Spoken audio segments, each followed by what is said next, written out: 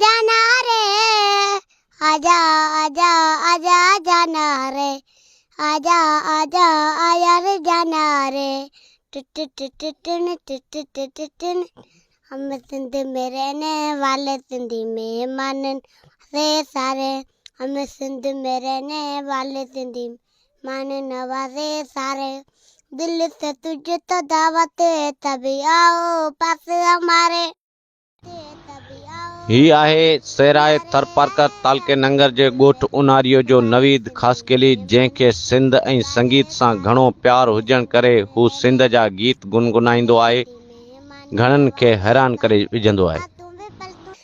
तुम्हें तुझे सुनाए दिल की बातें तुझे सुनाए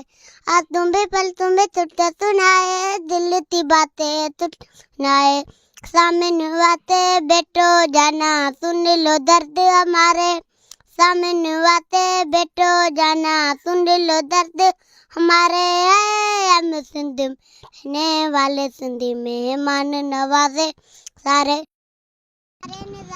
8 वरे जो नवीद ख़ासकेली बाराड़ी जे इलाइक़े जो हूंदे बि सिंध जी सक़ाफ़त ऐं महिमान नवाज़ी खे पंहिंजी मैसूमियत जे मिठड़े आवाज़ सां साराईंदे हू घणो मुतासिर करणु लॻंदो आहे। मछली पलत लाऊं तुझे सिंधु दरिया तक हम सिंध में रहने वाले सिंधी मेहमान नवाज़े। नवीद ख़ासकेली खे बाराड़ी जे इलाइक़नि मां ॿाहिरि कढे सक़ाफ़त खाते जे सहकार सां सुर संगीत ऐं तइलीम जे माहिरनि उस्तादनि खां सिखिया ॾिनी वञे त संदसि जो शौक़ु सुठो कलाकार साबित कैमरा टीम सां गॾु जावेद अयाज़ ख़ासकेली धरती टीवी न्यूज़ नंगर पार्क। सिंध मुंहिंजी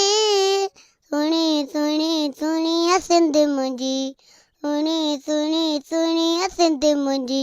विसर वेंदसि ते कश्मीर त सिंध त मुंहिंजी धुमेंदसि विसर वेंदसि ते कश्मीर त सिंध त मुंहिंजी